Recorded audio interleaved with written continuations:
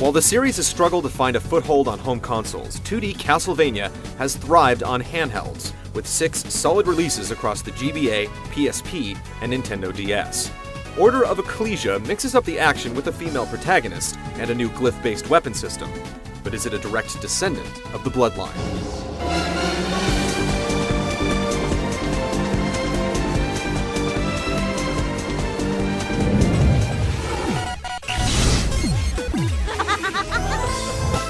Established after the Belmont clan faded, the Order of Ecclesia has taken on the mantle of fending off Dracula's minions through the use of magical inscriptions called glyphs, eventually creating Dominus, a spell powerful enough to destroy Dracula for good.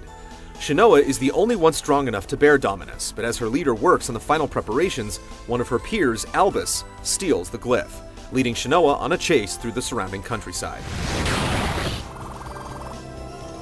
The plot provides a few twists as players try to unravel Albus's motivations, but it's still rather simple with only 3 main characters. And since a plot device has robbed Shinoa of all emotion, there's little to connect with.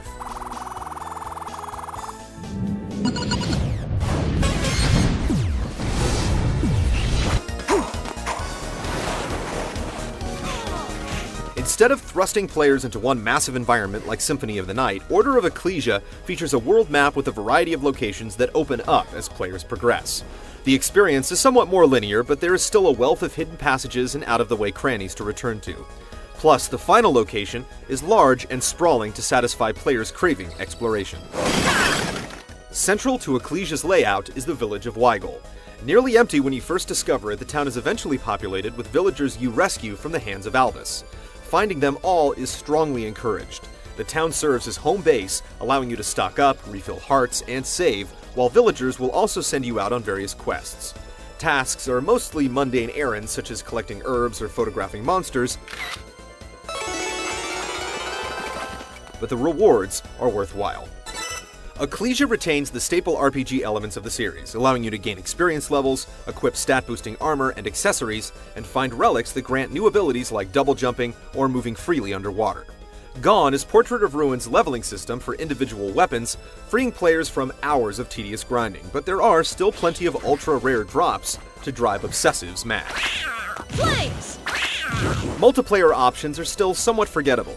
Players can connect locally or online to compete in one of 3 race courses, tallying both time and kills, and player shops return to let you exchange rare items and earn some coin. The side quests and online options don't add much, but the main adventure should take players 12 hours or more to fully complete. Let's play, cute little kitty!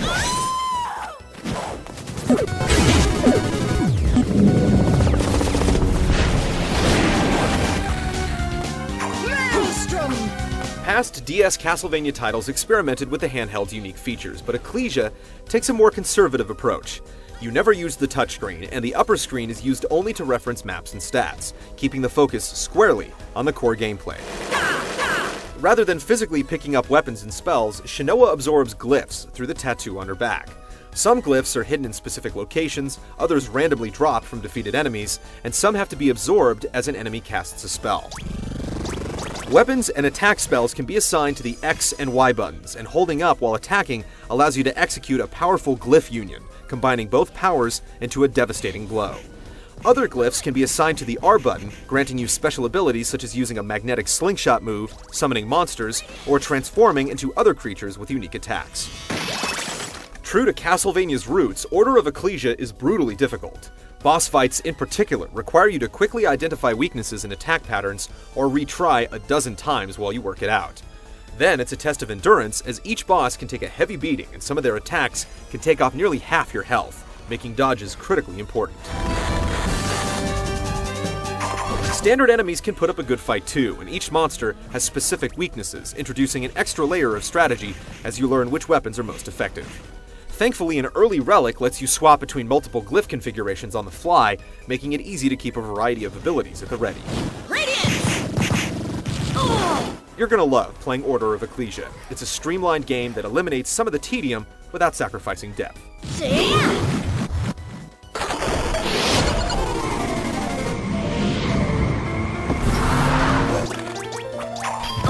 The past few Castlevania titles suffered somewhat with enemy sprites recycled from previous games.